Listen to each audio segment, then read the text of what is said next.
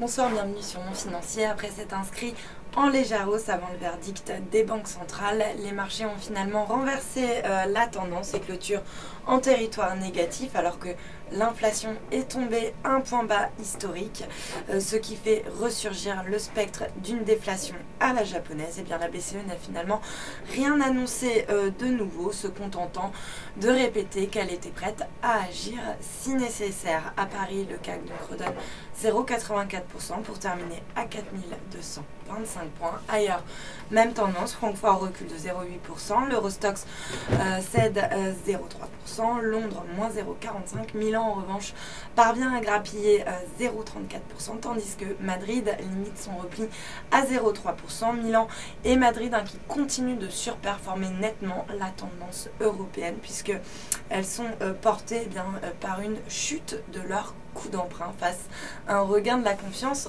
en zone euro. Du côté des valeurs, Publicis finit la course en tête alors que l'Europe a donné son feu vert pour la fusion avec Omnicom. Le titre gagne 1,29%, suivi d'Essilor qui s'adjuge 1,26% à 82,29 € grâce à Jefferies qui est passé à l'achat sur le dossier. A l'inverse, Deutsche Bank a baissé son conseil sur Alcatel-Lucent. Du coup, le titre dégringole de 4,6% à 3,24 €. Mal orienté également, Kering qui chute de 4% alors que le groupe va devoir recapitaliser la Redoute à hauteur de 315 millions d'euros. Et puis sur le SBF 120, Iliad grimpe de 4,11% à 163,20 € alors que Free innove encore dans le mobile en annonçant la possibilité pour ses abonnés d'appeler en Guyane et aux Antilles sans surcoût. Et puis à noter également que Groupe Steria signe la plus forte baisse ce soir. Le titre dégringole de pratiquement 5%